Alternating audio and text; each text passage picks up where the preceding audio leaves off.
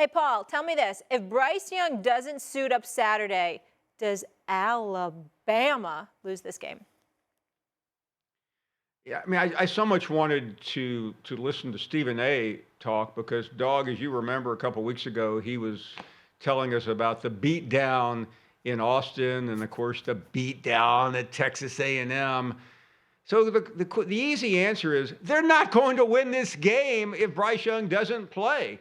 They are not equipped to. This is not a vintage Nick Saban team without Bryce Young. Last week, they were lucky to win the game. It took really an amazing effort at the end to figure this thing out.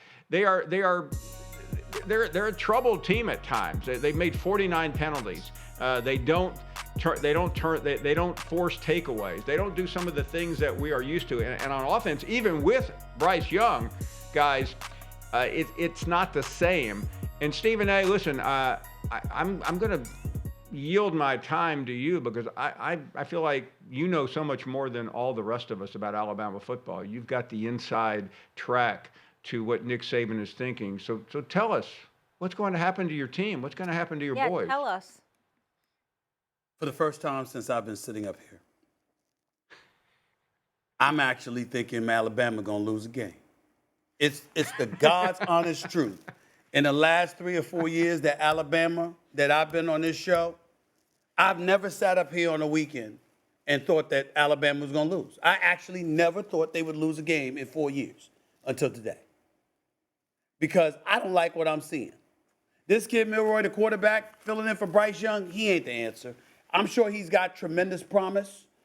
He's completed 60% of his passes. He's an athlete. He can run with the football. I get it. But the ability to throw with accuracy and to have pocket presence, I question. That's not to say he's a finished product because I know he's not. Jalen Hurts, one coach that once played at Alabama and played like trash in the national championship game before Tua Tagovailoa had to come and save the day. He goes to Oklahoma. He takes them to the playoffs, okay? He's in the NFL right now. He's an MVP candidate, all right? The epitaph is not written on your career if you're this guy, Milroy. I get all of that. But he ain't no damn Bryce Young, okay? And they're going against, who's this guy, this quarterback? Hooker, is that his name, in Tennessee? He hasn't thrown an interception. Yeah, that's right. Hey, look, he's got like 10 touchdowns. He's got no interceptions. He's completing 70% of his passes. They're playing without money because the expectation is always that, guess what? They're going to be the ones to beat, they're going to lose to Alabama. But they are at Tennessee. They are at Tennessee. This is not a game in Tuscaloosa, okay?